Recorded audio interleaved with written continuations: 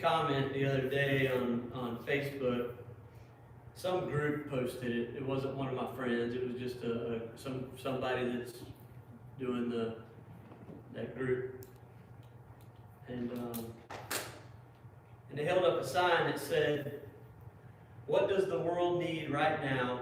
Use one word."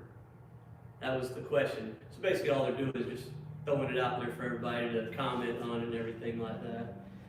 And there was a lot of words like courage and love, understanding, peace, things like that. And there was a few people that I saw, wrote Jesus. And I normally don't even respond to those. I just breeze right through those group things that all they're doing is fishing for comments. But I wrote Jesus. And some guy, no clue who he is, typed back to me and said, "From what I've seen of Christians,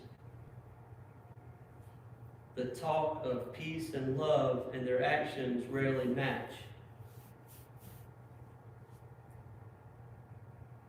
And I can see where he's coming from a lot of times. I can see where people profess to be Christians, but yet they're not living like it. And then it gives guys like that the finger pointing. You claim to be a Christian, but look how you're acting. So I typed back, and normally I don't do that, but I felt like I had to. I said, I didn't say the world needed more Christians, or didn't need Christians. I said the world needs Jesus. And then I said a huge difference. And I said, I agree with you. There are many Christians that do not act as Christ would act. I said, I'm one myself. I said, I fail at it every day. I said, but I try. I said, may we never be blinded by the way Christians act and cause us to miss out on Jesus.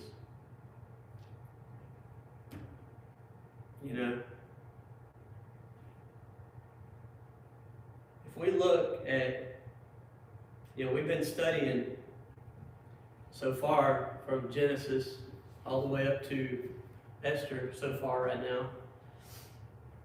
And look at all the people that we have as main characters in the Bible, godly people that have fallen, and they're not perfect. Adam and Eve, their disobedience in the garden by eating from the forbidden tree. Noah got drunk after the flood. Father Abraham, lied twice about his wife Sarah being a sister. Moses disobeyed God, and struck the rock when he was told to speak to it. Jonah ran away from God's command to preach in Nineveh. Cain killed his brother Abel. King David, he committed adultery with Bathsheba and arranged to have her husband Uriah to be killed in battle and live with that the rest of his life. But yet he was a man after God's own heart. As he repented, King Saul disobeyed God's instruction. The list goes on and on and on. New Testament, look at Peter. Peter denied Christ 3 times while Jesus was during Jesus' trial. So to this guy's point, don't be following after other. If you're looking for other Christians to be the role model, we ain't. I heard somebody say one time, they talked about, well, I'm not going to church because, there's a bunch of sinners, or there's a bunch of hypocrites, or there's a bunch of whatever. Somebody said, so you're mad because people aren't living up to the standard of Christ. Well, I've heard if somebody tries to play Mozart, are you mad at Mozart? Or are you mad because the person can't live up to Mozart's talent? Same thing with karaoke. I like karaoke. I like to listen to karaoke. I like to sing karaoke sometimes. I ain't good at it, but I like it. But if I try to sing like Elvis, I'm not going to meet that standard. Don't be mad at him. Don't be mad at me.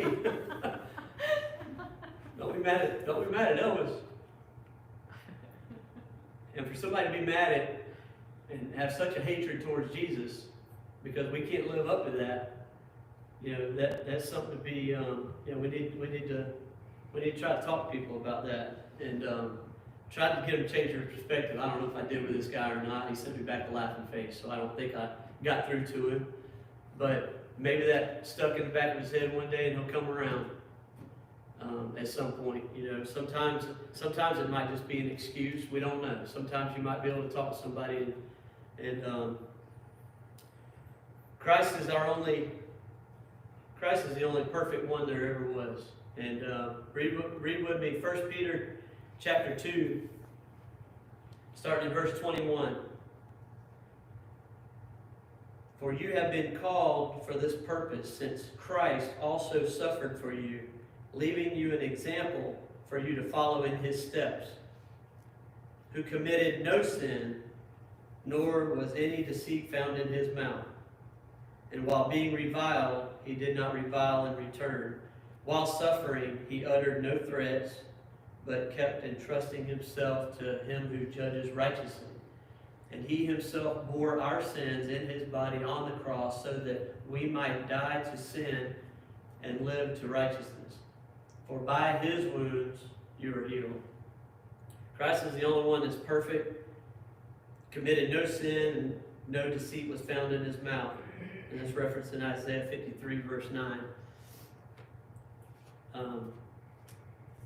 None of us are perfect. We need to try to be, just like 1 Peter said, he is there for our example to follow in his footsteps. Sometimes we can get off a little bit. Sometimes we've got to get back on, get off a little bit, get back on, help each other, pull each other back on, push each other back in the right direction, whatever it takes to try to follow Jesus.